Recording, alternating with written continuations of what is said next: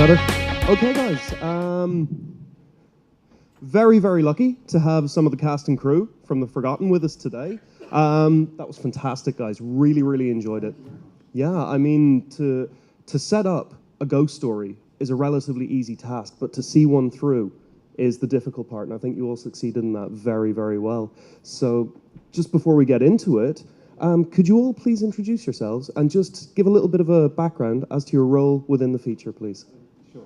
Hi everybody, thank you so much for coming. I really hope you enjoyed it. I'm Oliver Frampton, I'm the co-writer and director of the film. Hello everybody, I'm Clem Tibber, and I play Tommy in the film. Hi everyone, I'm Elarica Gallacher and I play Tommy. Hello, I'm James Hall. I wrote it with Ollie. Well, I'll jump back down to Ollie for another quick one. So how long was the project in development for? And, you know, you said you were working on it sort of as a real labour of love. So how long did it take to come together?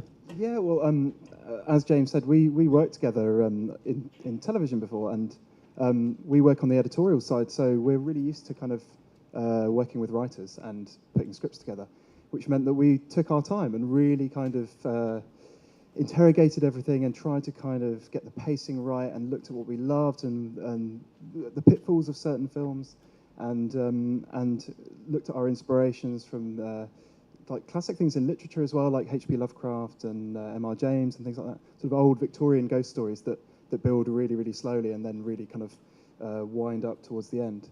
And kind of, and yeah, so it was a long process. We I guess, were scripting the film for about a year, maybe.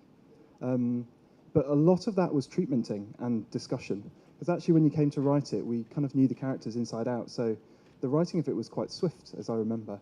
But the kind of placing of the story and the characters and the world, I suppose, was the thing that took up all the time. Yeah, that's brilliant. And to carry off a film like this with 3 central characters is quite a tricky thing. So I'd like to pass over to Clem for a moment. There you go, Clem. And if you could, first of all, absolutely superb job to both of you, because it's a hard task to carry a film like this. So tell me a little bit about how you became involved and what it was like working under the direction of Ollie, please. Well, I came involved by going to a casting run by run by Daniel, and I don't know. I mean, I did my audition, I think. And sorry, I don't really know how to answer. Well, that's okay. It was the Clem's kind of involvement was really interesting because we actually spent ages and ages looking for Tommy. It's a really difficult part to find, and we started off looking younger, and then that wasn't quite working for us, and so we were looking at people around kind of Clem's age at the time, which was a little while ago. But he actually, I kind of said I really want him based on a recording of Clem just talking as himself, and yeah, I don't want to say too much, but it was just really interesting because it was Clem seemed to kind of encapsulate this kind of naivety and this quietness and this kind of introvertedness, and I don't mean that offensively, but which was exactly Tommy. And you know, when you're kind of doing a film like this where it's where the performances that you're acquiring from people are so emotionally truthful, and you're kind of drawing on craft, but actually what you want is realism and naturalism. You kind of end up a lot of the time looking at who people are, and you know, so I saw who Clem was, and then you know, knew that we could go from there. But that was it. That was my experience anyway. Thanks.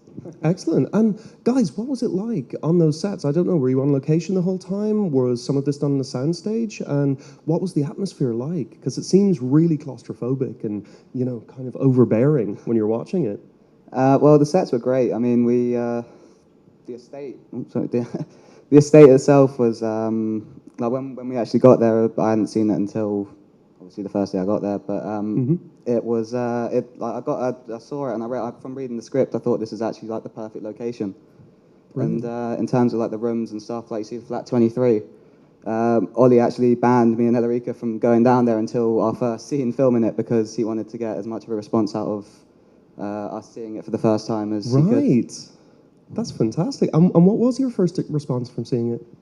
Well, I mean, the surroundings completely was absolutely perfect for what we read in the script, because often you read a script and you kind of imagine it in your head, and a lot of the time you go to wherever it is and it doesn't really feel as real as what you thought it would.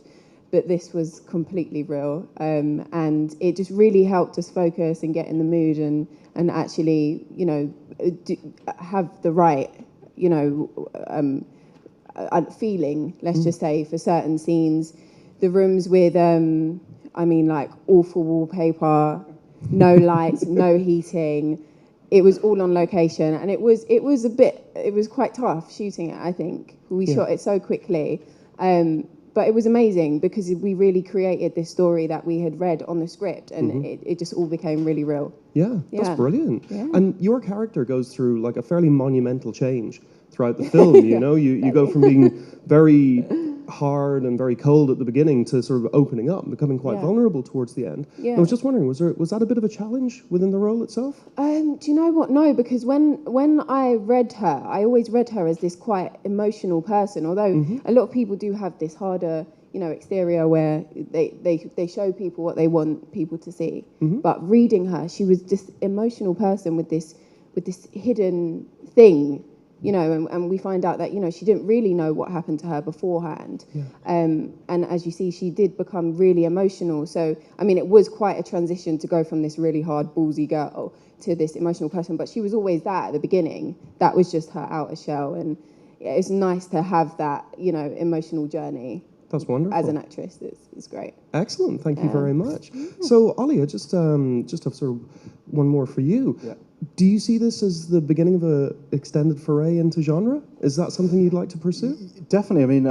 As James said, we are really big horror fans, and it felt really perfect to kind of make our first film as a ghost story. It's just sort of the most primal kind of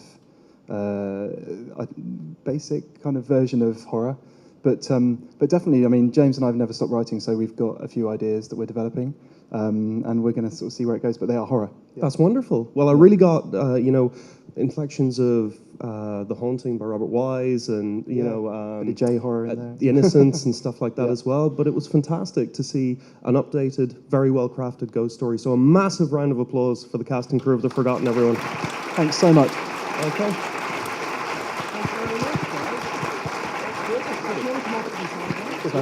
Thank you. Thank you.